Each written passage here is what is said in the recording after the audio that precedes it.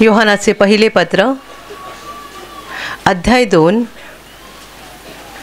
वचन 16 आणि 17 मी वाचून दाखवते, सर्वजण लक्ष द्या.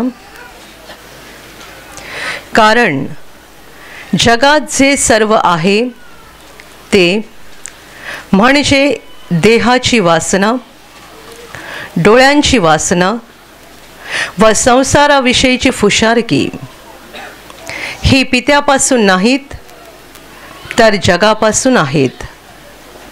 आणि जग व त्याची वासना ही नाहीशी होत आहेत, पण देवाच्या इच्छेप्रमाणे करणारा सर्व काळ राहतो. Hallelujah, hallelujah, hallelujah, hallelujah, hallelujah, hallelujah, hallelujah. माझ्या प्रिय भावांनो आणि बहिणींनो, देवाचं वचन आपल्याला शिकवत आहे, जगात जे सर्व आहे ते म्हणजे देहाची वासना, डोळ्यांची वासना व संसाराविषयीची फुशारकी ही पित्यापासून नाहीत तर जगापासून आहेत. आणि जग व त्याची वासना ही नाहीशी होत आहेत, पण देवाच्या इच्छेप्रमाणे करणारा सर्व काळ राहतो. Hallelujah, hallelujah, hallelujah, hallelujah, hallelujah. या वचनामध्ये प्रभू येशूचा लाडका शिष्य योहान आपल्याला दोन्ही गोष्टी स्पष्ट करून सांगत आहे, जग काय आहे आणि देव काय आहे. जगाच्या गोष्टी काय आहेत आणि देवाच्या गोष्टी काय आहेत. जगाच्या गोष्टीपासून आपल्याला काय लाभ आहे आणि देवापासून आपल्याला काय लाभ आहे. जग आणि देव या दोघांची तुलना आहे, फार मोठं अंतर आहे. आणि हे जर आपल्याला समजलं नाही तर आपल्याला जीवनच समजलं नाही. जग काय आणि देव काय हे जर आपल्याला कळलं नाही आणि या दोघातलं केवढा मोठा अंतर आहे हे समजलंच नाही तर आपलं जीवन व्यर्थ आहे. तो असं म्हणत आहे, जगात जे सर्व आहे म्हणजे सगळं जग, संबंध जग, याचं वर्णन त्याने 3 गोष्टीमध्ये केलेलं आहे, 3 प्रकारात. जगात जे सर्व आहे ते म्हणजे देहाची वासना, शरीर, देह म्हणजे शरीर, शरीराची वासना, शरीराची इच्छा, शरीराची अभिलाषा. 2 डोळ्यांची वासना. 3 संसाराविषयीची फुशारकी. हे सगळं म्हणजे जग आहे. जे आपण जग जग जग जग म्हणतो ते योहानाने एवढ्या शब्दात मांडलेलं आहे. जगात जे सर्व आहे ते म्हणजे शरीराची वासना, डोळ्यांची वासना आणि संसाराविषयीची फुशारकी. पुढे तो म्हणतो, ही पित्यापासून नाहीत. देव आपला पिता आहे, देवापासून नाही आहेत तर जगापासून आहेत. या ज्या सगळ्या गोष्टी, 3 गोष्टी त्याने सांगितलेल्या आहेत त्या देव पित्यापासून नाही आहेत तर जगापासून आहेत. पुढे तो म्हणतोय, जग आणि त्याची वासना, जग आणि त्याच्या अभिलाषा, जग आणि त्याची इच्छा, सगळं काही नाहीसं होत आहे. हे सगळं संपणार आहे, नष्ट होणार आहे. पण जो देवाच्या इच्छेप्रमाणे करतो तो सर्व काळ राहणार आहे. हालेलुया. जग सर्व काळ राहणार नाही, जगाची वासना सर्व काळ राहणार नाही, पण जो देवाच्या इच्छेप्रमाणे वागतो, देवाच्या इच्छेप्रमाणे जगतो, देवाच्या इच्छेप्रमाणे करतो तो मात्र सर्व काळ जगणार आहे. Hallelujah, hallelujah, hallelujah, hallelujah. आणि याची काही उदाहरणं आपल्याला बायबलमध्ये सापडतील. जसं आपण वाचतो की येशू ख्रिस्त आपल्या 3 शिष्यांना घेऊन डोंगरावर गेला होता आणि डोंगरावरती त्या ठिकाणी त्याचं रूपांतर झालं, म्हणजे त्याचं रूप पालटलं, बदललं. त्याच्यातून तेज यायला लागलं, त्याचे कपडे अतिशय पांढरे शुभ्र झाले. स्वर्गीय तेजाने भरलेला असा प्रभू या 3 शिष्यांनी पाहिला. आणि त्यावेळेला त्या 3 शिष्यांना अजून काही माणसं तिकडे दिसली जी त्यांच्यासोबत डोंगरावर चढली नव्हती. डोंगरावर जाताना येशू होता आणि त्याच्यासोबत 3 शिष्य होते, 4च होते. पण डोंगरावर गेल्यानंतर जेव्हा येशूचं रूप पालटलं त्यावेळेला त्यांना काही माणसं दिसली. ही माणसं कोण होती सांगा? हे होते जुन्या कराराच्या काळातले देवाचे महान सेवक, चांगले विश्वासणारे, देवावर प्रेम करणारे आणि देवावर विश्वास ठेवून देवाला आवडेल असं जीवन जगून जे झोपी गेले होते ते त्या ठिकाणी आले आणि त्यांच्याबरोबर येशू संभाषण करत होता. हालेलुया. आपण मेलेल्या माणसासाठी खूप रडतो. जगातले लोक तर एवढे रडतात की माणूस मरून गेला त्याला 2 वर्षे झाली तरी पण रडणं चालूच असतं, कारण तो कुठे गेला हे माहिती नाही आहे आणि एवढं वाटतं की आता तो पुन्हा भेटणार नाही आहे, तो कायमचा संपून गेला.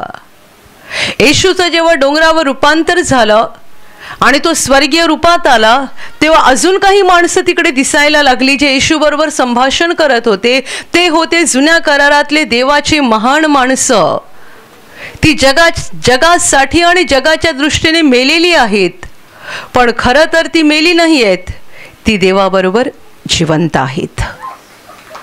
या जगातले जेवढे लोक देवाच्या इच्छेप्रमाणे वागून झोपी गेले आहेत ते जगासाठी मेले आहेत, पण खऱ्या अर्थाने ते देवाबरोबर जिवंत आहेत. Hallelujah, hallelujah, hallelujah.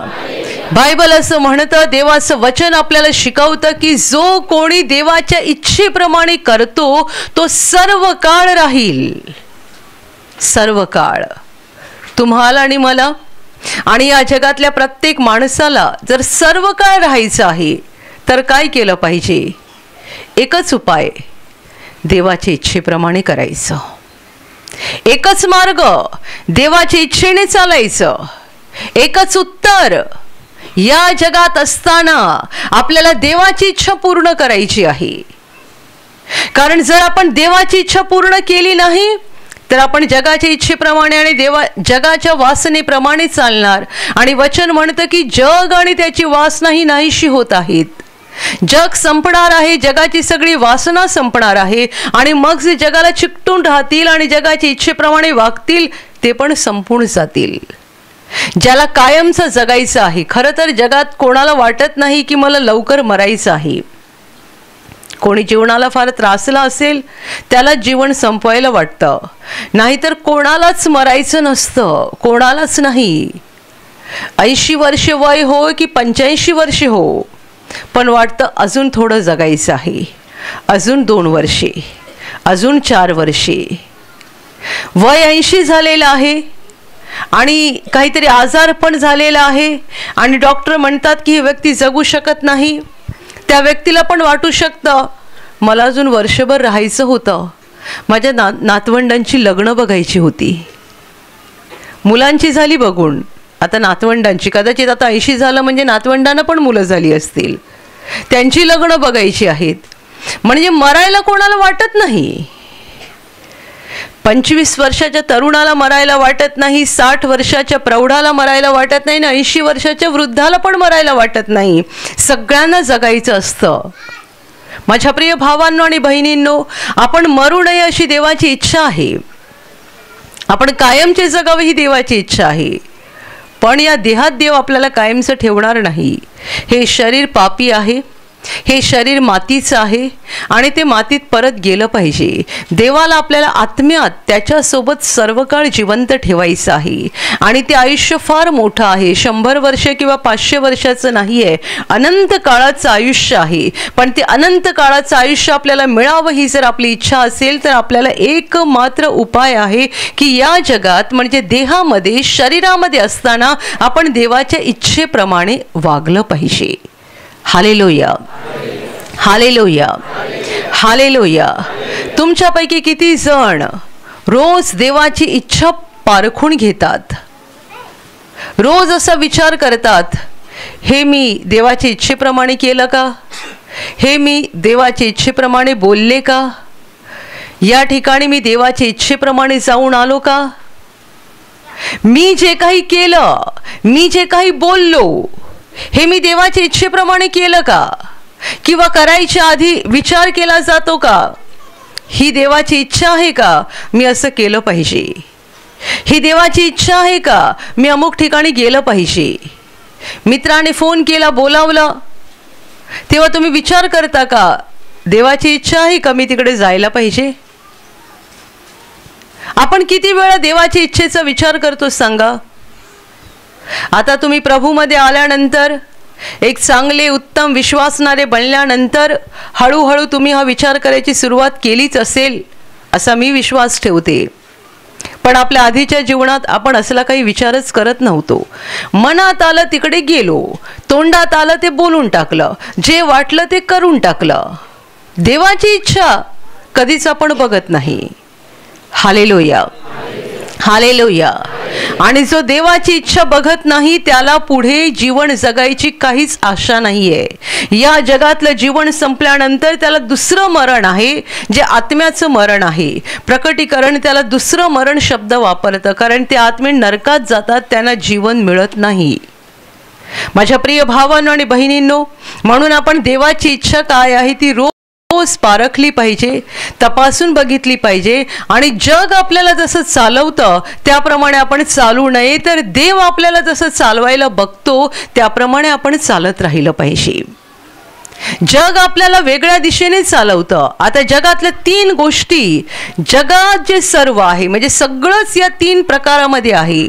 पहिला प्रकार आहे देहाची वासना, शरीराची वासना. हे शरीर आपल्याला खूप काही करायला सांगतं, खूप काही. शरीराच्या वासना किती प्रकारच्या असतात सांगा? केवढ्या असू शकतात सांगा? आपलं शरीर आपल्याला खूप काही वाईट गोष्टी करायला लावतं, खूप काही. इथपर्यंत की आता समजा तुम्ही इथे बसलेला आहात, शांतपणे तुम्ही प्रवचन ऐकत आहात, नंतर तुम्ही प्रार्थनेत भाग घ्याल, मग तुम्ही साक्षी ऐकाल, टाळ्या वाजवाल, सगळं चांगलं होईल. आणि मग सगळं झाल्यानंतर जेवण असतं, ते जेवण जेव्हा वाढलं जातं तेव्हा तुमच्यापर्यंत यायला समजा जेवण संपलं, तर तुमची प्रतिक्रिया काय असू शकते सांगा? एखाद्याची प्रतिक्रिया अशी असेल, संपलं का, राहू द्या, पुन्हा बनवणार असेल तर आम्ही थांबतो, नाहीतर आम्ही जातो. आणि एखाद्याची प्रतिक्रिया, संपलं, आधी जास्त बनवता येत नाही का, आम्हाला लांब जायचं आहे, किती वाजले, उशीर झाला. तुम्हाला हे कोणी बोलायला लावलं माहीत आहे? तुमच्या शरीराने बोलायला लावलं. कारण शरीराला काय पाहिजे? आता जेवणाची वेळ झाली, पोटामध्ये भूक पडलेली आहे, पटकन ताटात मिळायला पाहिजे आणि जेवायला पाहिजे, मग आपलं शरीर खुश. पण जेव्हा आपल्याला भूक लागली आहे आणि आपल्यासमोर दुसरे लोक जेवत आहेत आणि आपला नंबर येईपर्यंत जेवण संपलं. कारण मी असे लोक बघितले आहेत जे खूप गाणी गातात, टाळ्या वाजवतात, हालेलुया बोलतात, पण जेवण 15 मिनिटं उशिरा झालं की त्यांच्या अंगाचा तिळपापड होतो, संताप होतो, राहवत नाही. हे आपलं शरीर आहे. शरीराला सगळं काही चांगलं लागते. जेवायला वेळेवर मिळालं नाही तरी राग येतो, बसायला मिळालं नाही तरी संताप येतो, आणि बसायला मिळालं तर दुसरा कोणी उभा आहे त्याला उठून जागा द्यायला वाटत नाही. ही शरीराची वासना आहे. शरीर आपल्याला सगळ्या चुकीच्या गोष्टी करायला लावतं, कारण शरीराला आरामात राहायचं असतं, शरीराला अगदी चैन विलासात राहायचं असतं. तुमच्यामध्ये असे काही भाऊ असतील ज्यांना देवाने मोठी दया करून व्यसनातून सोडवलं असेल. असं असू शकते की तुम्ही पूर्वी या विचारात होतात किंवा तोंडाने बोलून पण दाखवलं असेल बायकोला, तुला सोडेन पण दारू सोडणार नाही. का सोडणार नाही सांगा? दारू कोणाला पाहिजे? तुमच्या आत्म्याला पाहिजे नाही, तुमच्या शरीराला पाहिजे. ही शरीराची वासना आहे. शरीर, तुमच्या जिभेला दारू पाहिजे. जीभ हा शरीराचा भाग आहे. ही शरीराची वासना. आपल्याला पाहिजे ते खायला मिळायला पाहिजे, बसायला मिळायला पाहिजे, झोपायला मिळायला पाहिजे, आराम करायला मिळायला पाहिजे. Hallelujah, hallelujah. काही लोक कामाला जातात, कंपनीमध्ये, ऑफिसमध्ये किंवा एखाद्या ठिकाणी मजुरीसाठी काम करत आहे. अनेक वेळेला आपण बसायची संधी शोधत असतो. कोणाचं आपल्याकडे लक्ष नाही आहे आणि पटकन बसायचं. मग अर्धा तास, पाऊण तास आराम करायचा. पगार बरोबर घ्यायचा, मजुरी बरोबर घ्यायची, पण आराम करायचा लपून छपून. Hallelujah, hallelujah. काही जण अशी जागा शोधून ठेवतात जिकडे सुपरवायझर पोहोचणार नाही. कोपऱ्यातली जागा, अडगळीतली जागा, म्हणजे तिकडे बसून राहिलो की सुपरवायझरला मी सापडणारच नाही. हे सगळं आपल्याला कोण करायला लावतं? आपलं शरीर करायला लावतं. ही शरीराची वासना आहे. शरीराला आराम करायला आवडतं, शरीराला बसून राहायला आवडतं, शरीराला बरं बरं खायला आवडतं, शरीराला व्यभिचार करायला आवडतो, शरीराला सगळी वाईट कामं करायला आवडतात. हे आपलं शरीर आहे. शरीराला शिव्या द्यायला आवडतात, प्रेम करायला आवडत नाही, चांगले शब्द बोलायला आवडत नाही. कुचके शब्द तोंडातून फार निघतात. कडू शब्द, वाईट शब्द तोंडातून खूप निघतात. बरेच शब्द तोंडातून निघत नाहीत. खूप वर्षापूर्वी एक बाई ब्रदरांकडे काउन्सिलिंगसाठी आली होती. तिच्या जीवनात काही समस्या होती आणि समस्या सांगून झाल्यानंतर ब्रदर तिला म्हणाले की तुझा नवरा कुठे आहे? ती म्हणते माझा नवरा तो नुसता बेवडा आहे, त्याच्याबद्दल काही विचारूच नका. आणि मग तिने नवऱ्याबद्दल काय काय काय काय बोलली. तर ब्रदर तिला म्हणाले थांब थांब थांब, तुझं इंजिन इकडेच खराब झालेलं आहे, ते पहिलं मला इथे रिपेअर केलं पाहिजे. माझ्या मागे प्रार्थना बोल, हात जोड आणि डोळे बंद कर आणि मी तुला जी प्रार्थना सांगतो ना ती प्रार्थना बोल. आणि ब्रदरांनी तिला अशी प्रार्थना करायला लावली, हे माझ्या प्रिय पती, माझ्या प्रिय नवऱ्या, मी तुला येशूच्या नावाने क्षमा करते. तर ब्रदर म्हणतात ती प्रिय बोलतच नाही, तोंडातून प्रिय येतच नाही, थांबूनच राहिली, बोलतच नाही. ब्रदर म्हणतात बोल, सोडणार नाही, बोल पहिली, बोल पहिली. त्याच्या आधी नवऱ्याबद्दल किती बोलली, तो बेवडा, तो असा, तो तसा, खूप काही बोलली. हे बोलायला जी पटापट हल्ली. पण जेव्हा ब्रदर तिला बोलले आता माझ्या मागे बोल, आणि मग बऱ्याच वेळानंतर तोंडातून शब्द आला, हे माझ्या प्रिय पती, मी तुला क्षमा करते, मी तुझ्यावर प्रेम करते. पण हे सगळं बोलायला फार वेळ गेला. ही आपल्या सगळ्यांची अवस्था आहे, सगळ्यांची. तुम्ही तुमच्या मुलांना किती वेळा बोलता, ऐकत नाही, फुकट गेला आहे, असाच राहणार, सुधारणार नाही, किती बोलता सांगा. पण मुलाला असं बोलायला खूप ताकद लागते, बाळा असं नको करू, बघ देव तुझ्यावर प्रेम करतो, असं करू नको, देवाच्या इच्छेप्रमाणे वाग. तुझे बाबा बघ तुझ्यासाठी किती कष्ट करतात, मी तुझ्यासाठी किती मेहनत घेते. असं बोलायला आपल्या जिभेला खूप ताकद लागते. वाईट आणि टाकलेले शब्द बोलायला आपली जीभ पटापट हलते. ही समस्या आपल्या शरीराची आहे. म्हणून मी म्हटलं शरीर पापी आहे आणि त्याची माती झालीच पाहिजे. हे शरीर जर आपल्याला देवाच्या इच्छेप्रमाणे वापरायचं असेल तर ताकदीची गरज आहे, देवाच्या ताकदीची. संत पौलाने त्याच्या पत्रामध्ये लिहून ठेवलं आहे, मी आपलं शरीर कुदलतो आणि त्याला आपलं दास करून ठेवतो. शरीराला पौल म्हणतो मी शरीराला कुदलतो, शरीराला कष्ट देतो आणि शरीराला आपलं दास करून ठेवतो. शरीर माझ्या आत्म्याचं दास झालं पाहिजे, मी माझ्या शरीराचा दास होता कामा नाही. माझा आत्मा सांगतो मला सकाळी उठून प्रार्थना करायची आहे, शरीर सकाळ झाल्यानंतर म्हणतं अजून 15 मिनिटं झोप घे, अजून अर्धा तास झोप घे. आत्मा म्हणतो उठायचं आहे, मला प्रार्थना करायची आहे. शरीर म्हणतं अजून थोडा वेळ आराम करायचा आहे, थकलाय मी, अजून थोडा वेळ आराम करायचा आहे. म्हणून पौल म्हणतो मी माझ्या शरीराला कुदलतो आणि त्याला माझं दास करून ठेवतो. कोणी तुम्हाला शिव्या देतं तेव्हा सोपं आहे पटकन शिव्या देणं, पण जर कोणी शिव्या देत असेल तर शांत राहणं आणि मनातल्या मनात त्याच्यासाठी प्रार्थना करणं कठीण आहे. ती तुमच्या आत्म्याची इच्छा आहे. पण शरीर काय सांगतं, तू पण बोल. कशाला सहन करतो, कशाला ऐकून घेतो? आपल्या शरीरामध्ये अनेक चुकीच्या गोष्टी आहेत. आपण चुकीचं बोलतो, चुकीचं वागतो.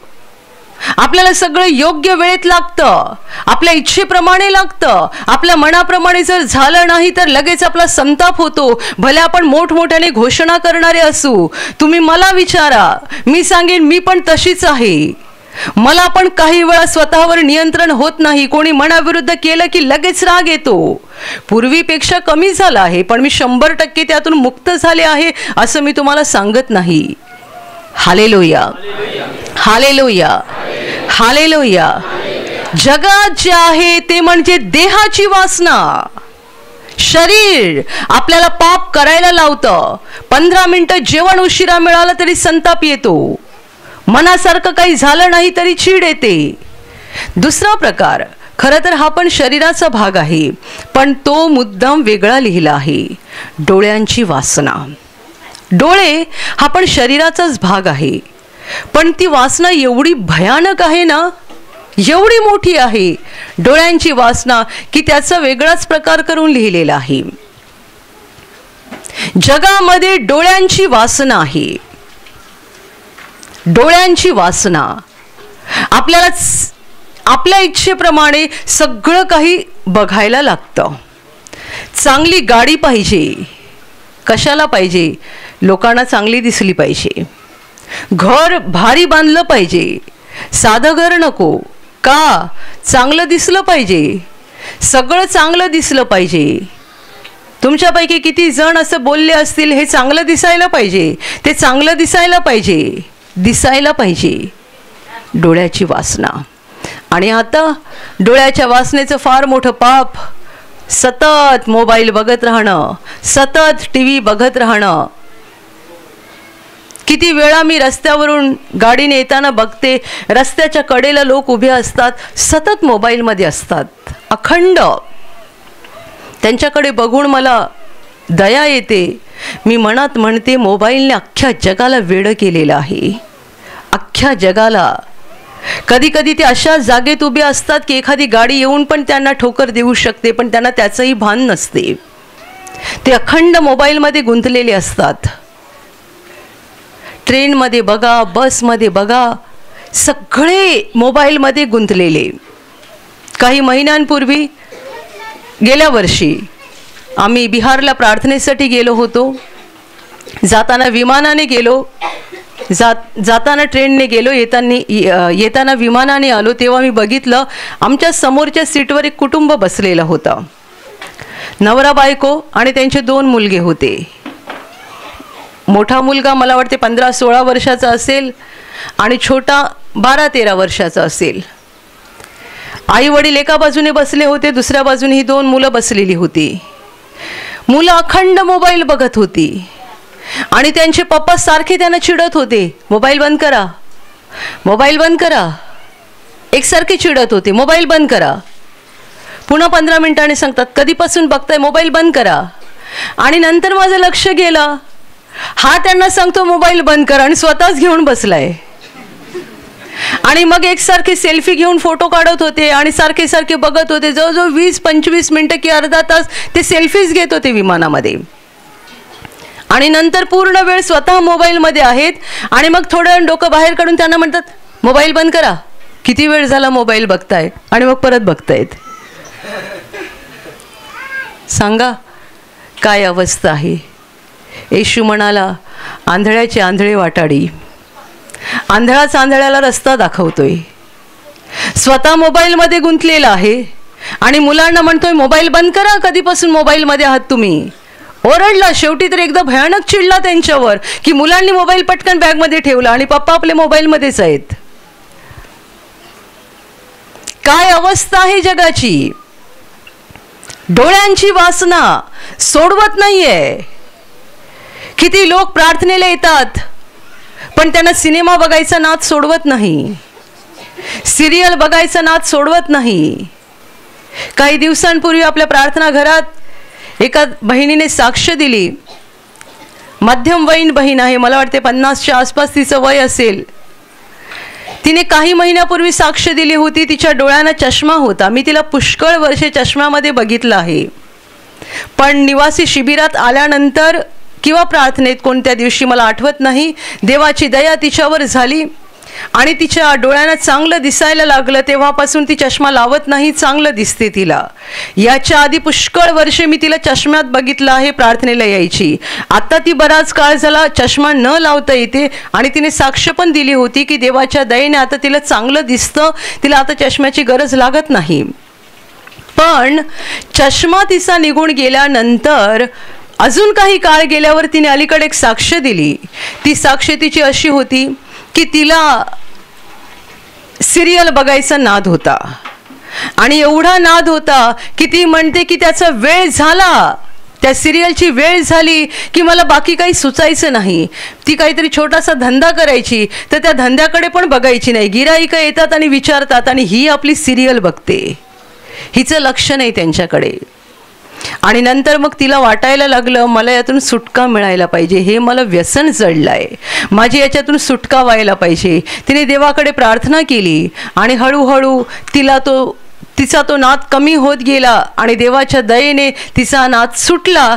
आणि त्यानंतर हा नाद म्हणजे ही तिची समस्या सुटल्यानंतर काही काळाने देवाची दया झाली आणि तिच्या डोळ्यांचा चष्मा निघून गेला. तिची साक्ष झाल्यानंतर मी म्हटलं आत्ता मला कळालं, एवढी वर्षे तुम्ही चष्मा घालत होतात आणि देवाने तुम्हाला कसं बरं केलं. जेव्हा तुम्ही तो चुकीचा नाद सोडला तेव्हा देवाने तुमचे डोळे बरे केले. Hallelujah, hallelujah, hallelujah, hallelujah. डोळ्यांची वासना, अनेक प्रकारच्या वासना आहेत या डोळ्यांच्या.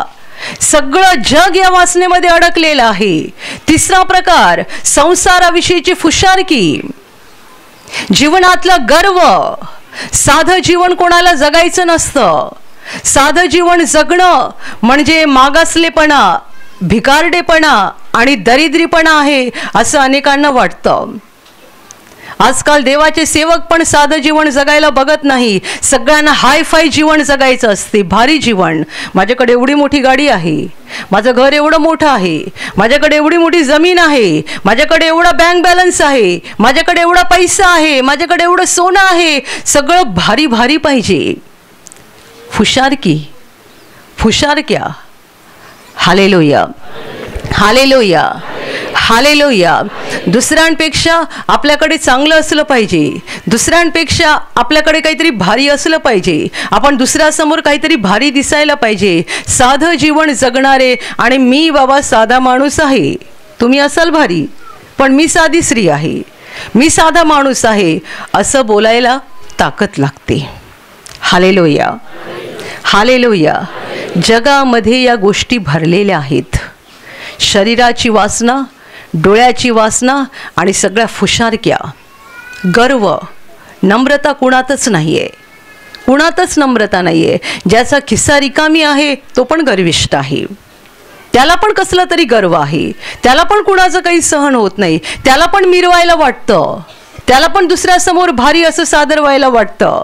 ही सगळी फुशारकी जगात भरलेली आहे. पण लक्षात ठेवा, वचन म्हणतं हे पित्यापासून नाही, यातल्या कोणत्याच गोष्टी देवापासून नाहीत.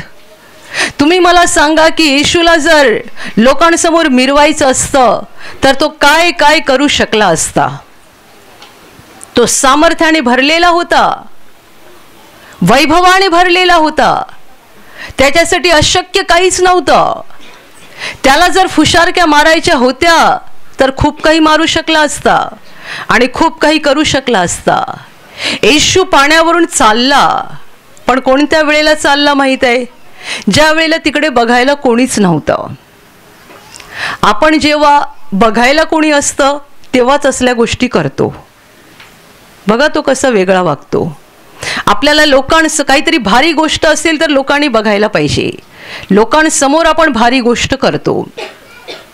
येशू जेव्हा पाण्यावरून चालला त्यावेळेला ते बघायला, ते त्याचं सामर्थ्य आणि ते त्याचं वैभव आणि तो त्याचा मोठेपणा बघायला तिकडे कोणीही हजर नव्हतं.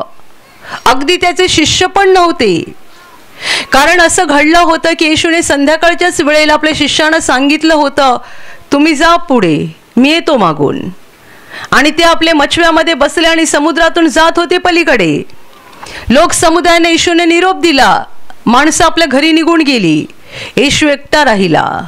त्याला एकटंच राहायचं होतं, कारण त्याला प्रार्थना करत देवपित्याबरोबर वेळ घालवायचा होता. म्हणून त्याने एका बाजूने आपल्या शिष्यांना लावून दिलं. त्याला जिकडे दुसऱ्या दिवशी जायचं होतं तिकडे यांना आधीच पाठवलं. लोकांना निरोप दिला, लोकांना पण घरी पाठवून दिलं. आणि मग तो डोंगरावर एकटा गेला.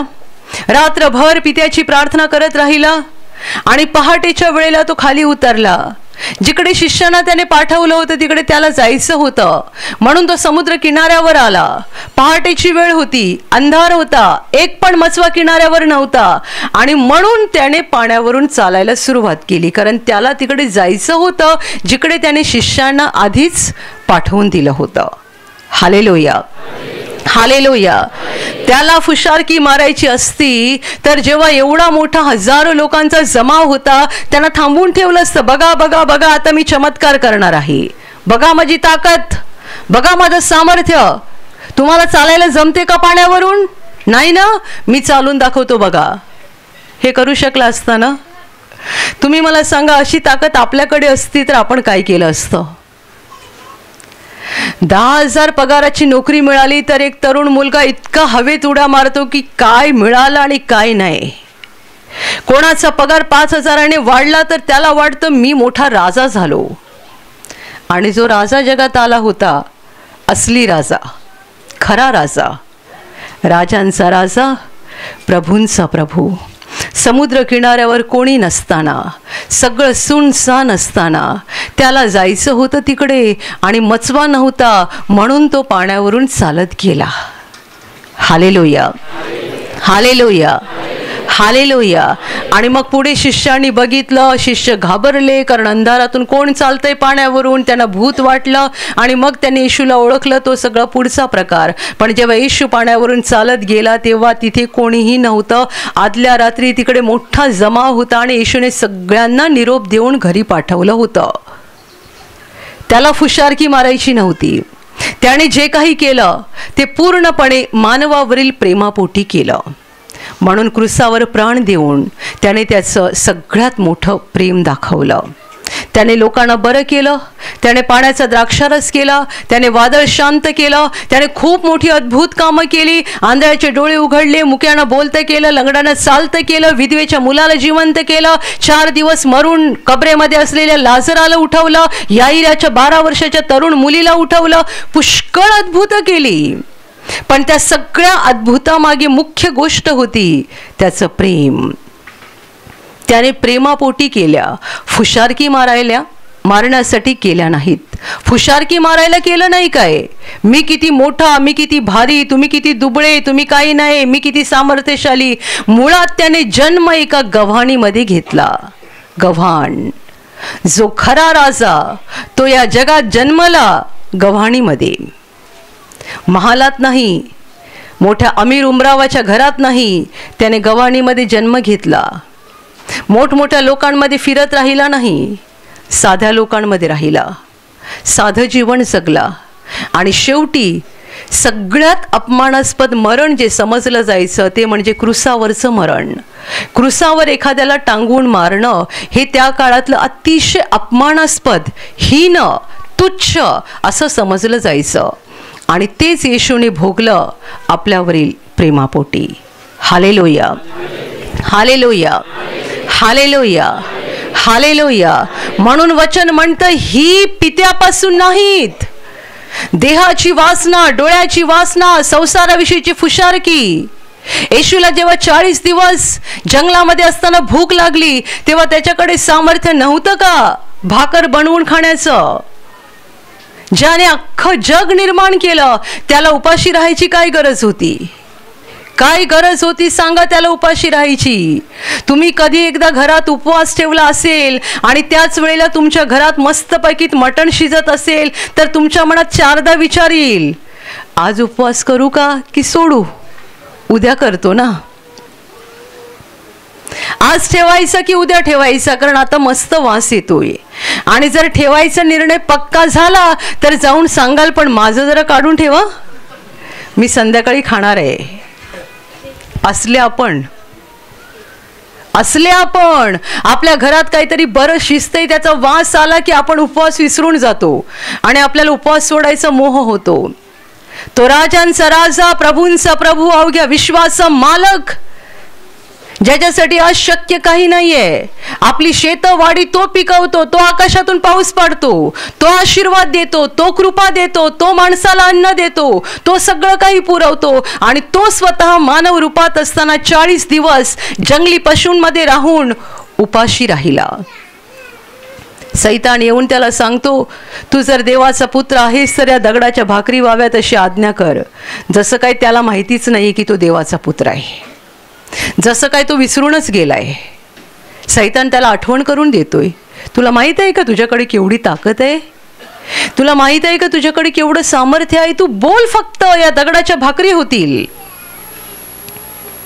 येशू त्याला म्हणतो, असा शास्त्रलेख आहे की मनुष्य केवळ भाकरीने नव्हे तर परमेश्वराच्या मुखातून निघणाऱ्या प्रत्येक शब्दाने जगेल. हालेलुया. 40 दिवस उपवास करून तो एवढा भुकेने कासावीस झाला होता, पण त्याला मोह झाला नाही सैतानाचं ऐकावं आणि दगडाच्या भाकरी बनवून खाव्यात.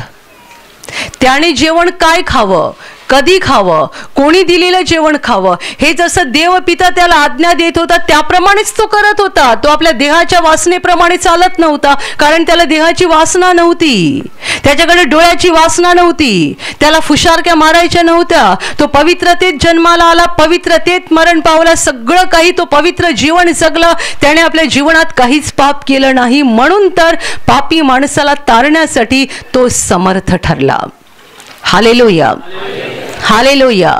देहाची वासना, डोळ्याची वासना आणि संसाराविषयीची फुशारकी ही पित्यापासून नाहीत, म्हणजे देवापासून नाहीत, तर जगापासून आहेत. जग आणि त्याची वासना ही नाहीशी होत आहेत. अगदी गंभीरपणे शब्द घ्या. तुम्ही म्हणत असाल हे बरं दिसायला पाहिजे, ते बरं दिसायला पाहिजे. असे किती लोक आहेत कर्ज काढून लग्न करतात.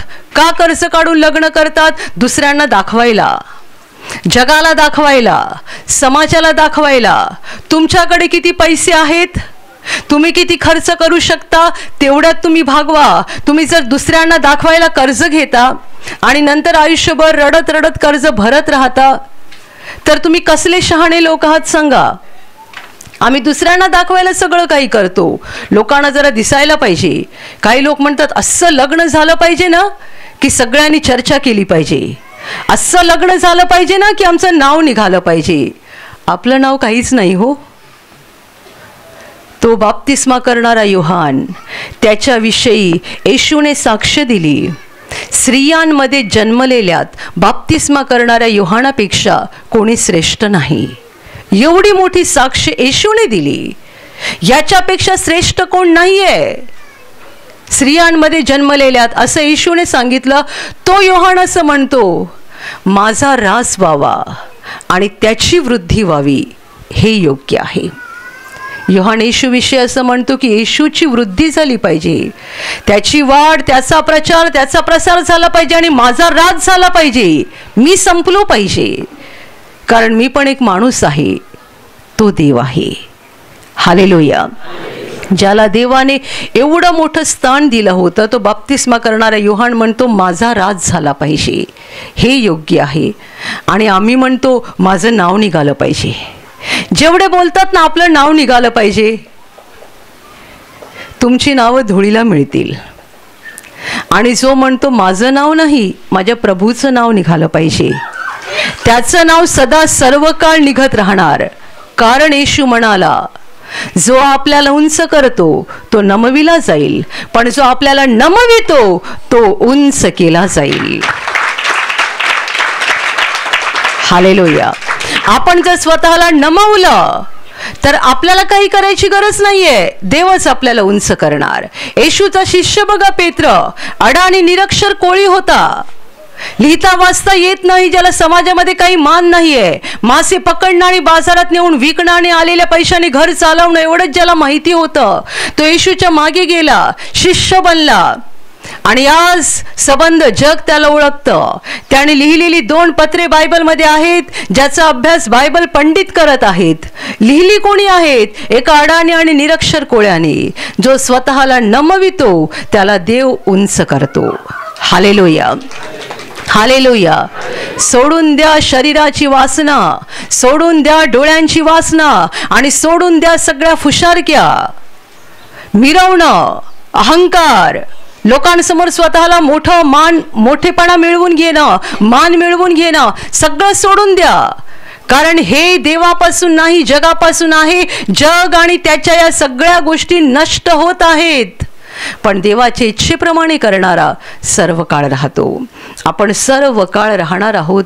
जेवढे देवाच्या इच्छेप्रमाणे वागतात, जे रोज विचार करतात, हे मी देवाच्या इच्छेप्रमाणे करावं का, मी हे करू का, हे करू नये का, माझ्या प्रभूला काय वाटतं, मी कुठे जावं, कुठे जाऊ नये, काय करावं, काय करू नये. तुम्ही जेव्हा देवाची इच्छा तपासत राहता आणि देवाच्या इच्छेप्रमाणे वागत राहता, तेव्हा तुम्ही योग्य रस्त्यावरती आलेला आहात. तुमचा प्रवास योग्य दिशेला सुरू आहे आणि आपण त्या रस्त्यावरून पुढे पुढे जाऊन एक दिवस देवाजवळ पोहोचणार. आणि जसा देव सर्व काळ जिवंत आहे, तसे आपण सुद्धा त्याच्याबरोबर सर्व काळ जिवंत राहणार. हालेलुया. देवाची माणसं, अब्राहम जिवंत आहे, इसहाक जिवंत आहे, याकोब जिवंत आहे, मोशे जिवंत आहे, नोहा जिवंत आहे, दावीद जिवंत आहे, पेत्र जिवंत आहे, येशूचे सगळे शिष्य जिवंत आहेत, देवाचे सगळे लोक जिवंत आहेत. ते जगासाठी मेले आहेत, पण देवाबरोबर जिवंत आहेत. आणि त्यांच्याबरोबर आपण सुद्धा देवाबरोबर सदा सर्व काळ जिवंत राहू. Hallelujah, hallelujah, hallelujah. आणि आता मी तुमच्यासाठी प्रार्थना करणार आहे. पूर्ण विश्वास ठेवा की प्रभू येशू एका क्षणात तुम्हाला स्पर्श करून बरं करेल. एका क्षणात तो तुमच्या जीवनातलं दुःख काढून टाकेल. कारण प्रभू आजही जिवंत आहे. 2000 वर्षांपूर्वी तो देहरूपात या जगात होता. आज देहरूपात नाही आहे, पण आत्म्याच्या रूपाने आहे. आणि जिथे जिथे लोक त्याच्यावर विश्वास ठेवतात आणि विश्वासाने त्याला हाक मारतात, तिकडे तिकडे तो त्यांच्या अगदी जवळ असतो. त्यांना बरं करायला, त्यांना आनंदित करायला आणि त्यांना सैतानाच्या हातातून सोडवायला तो नेहमीच तयार असतो. म्हणून विश्वास ठेवा, प्रभू इथे आहे. तो तुम्हाला स्पर्श करेल आणि तुमचं जीवन बदलून टाकेल.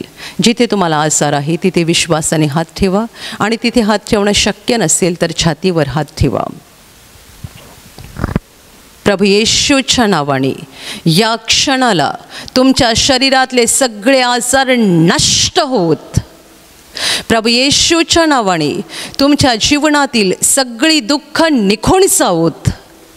सैतानाची सर्व कामं तुमच्या घरातून आणि तुमच्या कुटुंबातून प्रभू येशूच्या नावाने पूर्णपणे नष्ट होत. सर्व शुद्धात्म्यांनो, प्रभू येशूच्या नावाने मी तुम्हाला आज्ञा देत आहे, या क्षणाला यांना सोडून निघून जा आणि पुन्हा त्यांच्यात शिरू नका. प्रभूचं महान सामर्थ्य तुमच्यावर येऊ. पवित्र आत्मा तुमच्यावर येऊ. पवित्र आत्म्याचा आनंद तुमच्या जीवनात येऊ. पवित्र आत्म्याची शांती तुमच्या हृदयात येऊ आणि तुमचं जीवन स्वर्गीय प्रकाशाने भरून जावो. आमीन.